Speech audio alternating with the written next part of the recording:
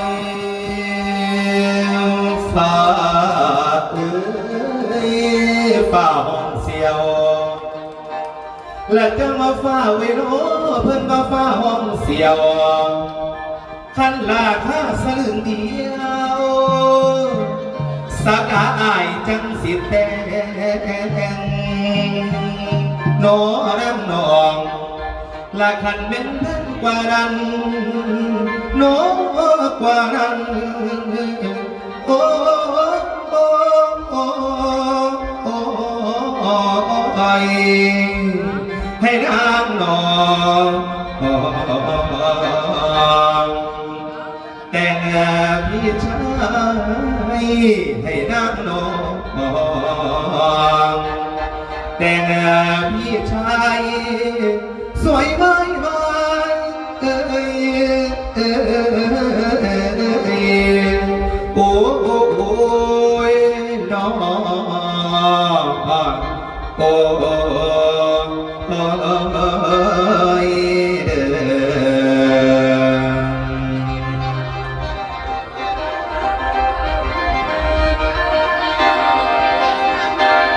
เอาละว่าจังเหตุก็เลี้ยวน้องไม่เนื้อของงามลาย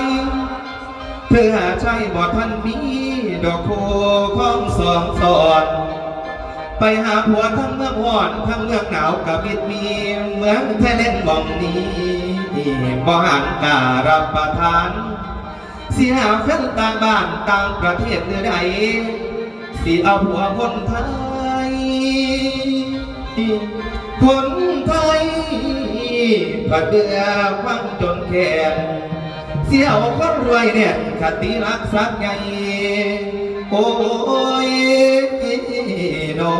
งเพิ่นก็มีผู้ให้จองแล้วแต่ผู้รวยจักเสียพี่ช่วยให้พี่ไว้แนวใดเอาผัวไทยคือกันผัดว่ามันจนแขนผัดคอนแขนทางเงินใส่บ่ทันใจคือน้องว่าผัวสาวให้ผัวสาวนานั่งเก่าบ่ได้แนวคนใส่ใจสัตตาเอามาแล้วกับผ่านห้างหลายเถื่อบ่สมหวังพังสลายหักโดนมันบ่มีมอนิเตอร์ให้บ่รับอยู่คือเอาน้ำกันกันเปิดพังสลายหักโลงมอนิเตอร์ร่วมบ่ปุ่มบ่ทั้งเงินใส่เอาพอได้กันเลยห้าวันเขาป้าปล่อย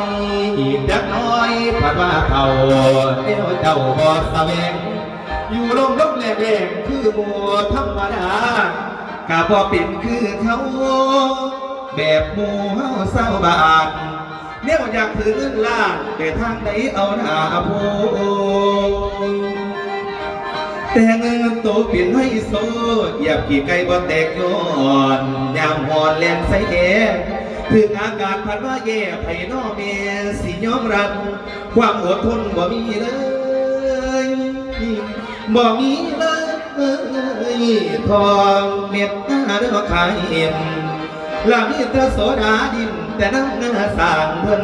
มันเลยเกินบอกเลยผัวสิซ้อนก็บ่มีบอกเก่าจังพี่ว่าหันหวังสิไปหากากะคือฝูงกาสิอยู่ตามภาษาไอมอหมายของเก่ามาสอนพิจารณาให้มันทีน้องสิรังเกียจพี่เอาเป็นผัวขันบ่ได้กะตามแท้ดอกเมียแพงเลี้ยวเสือกสัตว์แห้งยามินสาดคุยกันบ่ได้หนอเพิ่นผู้เลี้ยวร่างหงมอหอนลงสิหาตัวสิหาผัวใส่น้องก็ตามใจบ่ได้ว่าบ่ได้ว่า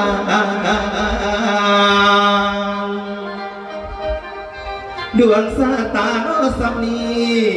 สินอนลีอยู่แต่ชายสินอนลีอยู่แต่ชายสวยไหมเอ้ย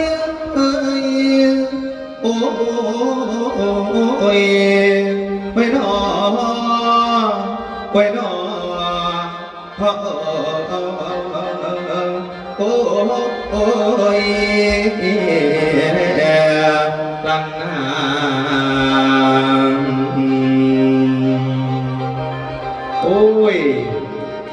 ดีใจวอดนะเมียนอนได้ยินเสียงแค้นเสียงล่ำเราขึ้นหอดปวดตัดน้ำเสียงเศร้าซื่อๆกับหมาหรือว่าเดินโอ้ยพอจอดกูฟังล่ำเปลี่ยนแต่เทวดาเอ้ยล่ำไปด้วยทางนี้ดีใดเด้อโอ้ยเจแมนนอกเงินทองของหาใดนำใจของหายากให้รู้ลังทางไปลอยเท่าพันเท่าเด้อเท่าพอเด้